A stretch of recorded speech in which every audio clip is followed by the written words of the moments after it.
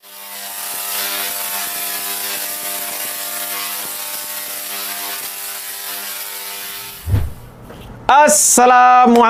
Salam sejahtera. Wai! Apa hal korang? Selamat kembali ke dalam channel YouTube Rais Hamid Aris TV.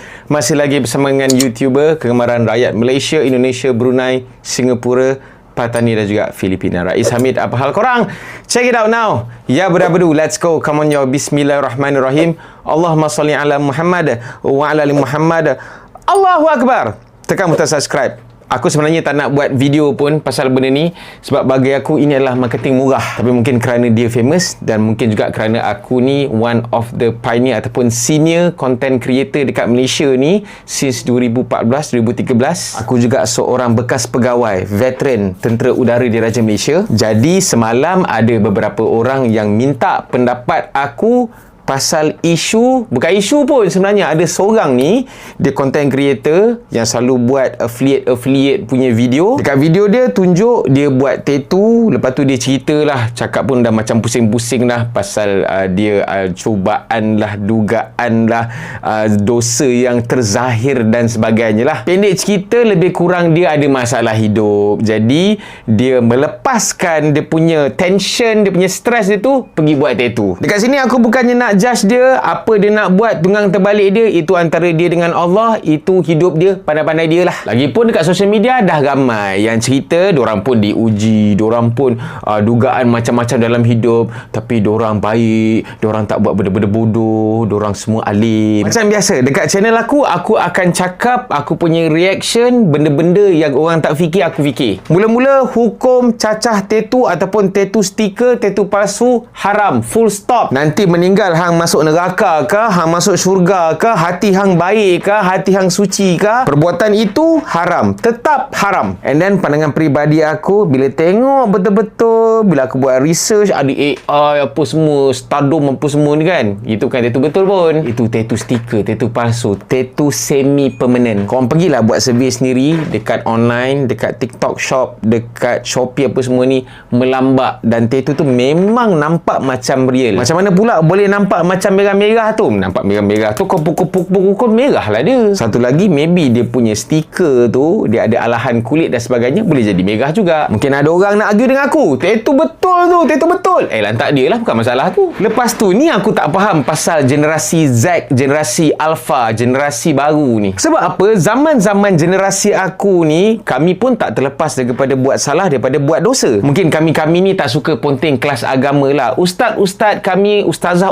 kami, termasuklah dengan mak bapak kami, ajar kalau buat salah, kalau buat dosa, jangan duk cerita, jangan duk tayang kat orang. Sebab dosa, kesalahan tu dah jadi kita punya aib. Sedangkan Allah, Rasulullah sendiri pun melarang kita membuka aib sendiri. Tapi lain dengan generasi sekarang ni, bangga tunjuk ada tattoo. Hari tu pun yang tak puasa apa semua, bangga cerita aku tak puasa. Tu belum lagi cerita yang beromen lah apa benda semua ni, merempit apa semua ni, benda-benda dosa, bangga cerita dekat orang. Yang tonggang todi lah, yang itu ni. Kau tengok ramai-ramai sekarang ni dekat social media, bangga cerita dekat orang. Sebab apa? Banyak like, dapat engagement, dapat view. Tambah-tambah pula lah content creator, itulah yang dia kejar pun. Dia nak like, dia nak engagement, dia nak view. Benda-benda bodoh, benda-benda dosa, lagilah dia buat. Sebab apa?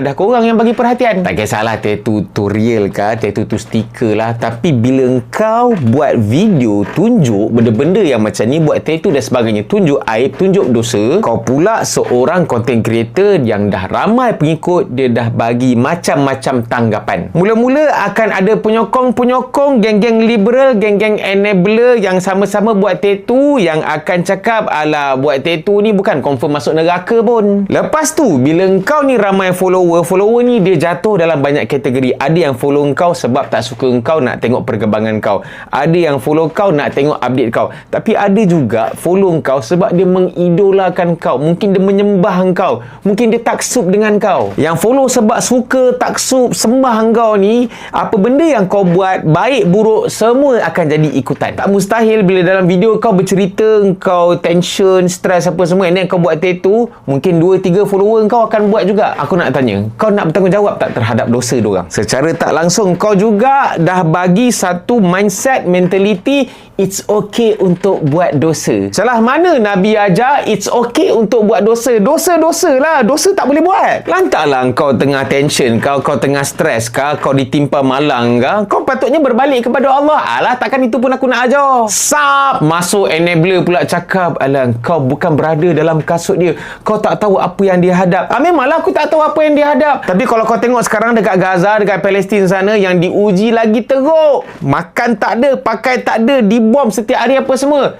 Tak ada pula aku tengok depressed, buat tattoo lah, anxiety lah. Tak ada pun. Sebab apa timbulnya generasi lembik macam ni? Baru diuji sikit-sikit, dah buat tattoo apa semua kan. Sebab korang tak reti bersyukur. Kau ingat kau seorang je dekat dalam dunia ni. Bila kau diuji, kau ingat Allah uji kau seorang je. Padahal melambat je satu dunia ni. Mungkin dekat sekeliling kau, dekat social media apatah lagi, yang diuji lagi teruk oleh Allah. Aku pun malah nak gibang banyak-banyak sangat. Sebab semua pun boleh fikir, semua pun ada otak lah. Alamak, otak pun korang tak pakai. Korang suruh ChatGPT yang fikir kan. Itu pun masalah juga tu. Okey, tak apa, macam ni ada dua benda yang aku nak pesan. First, dekat pembuat video yang cerita kau buat tattoo dan sebagainya, aku nak tanya kau nak bertanggungjawab tak dekat apa yang terjadi lepas kau buat video? Nombor dua, orang-orang yang melihat menonton video kau ni pandai-pandai fikirlah mana yang betul, mana yang salah. Kalau korang suka dengan video ni, bolehlah share. Kalau ada sebarang komen, boleh komen dekat bawah. Jangan lupa untuk tekan butang like, butang subscribe, juga butang loceng untuk notification video-video daripada Channel Rais Hamid selepas ini. InsyaAllah,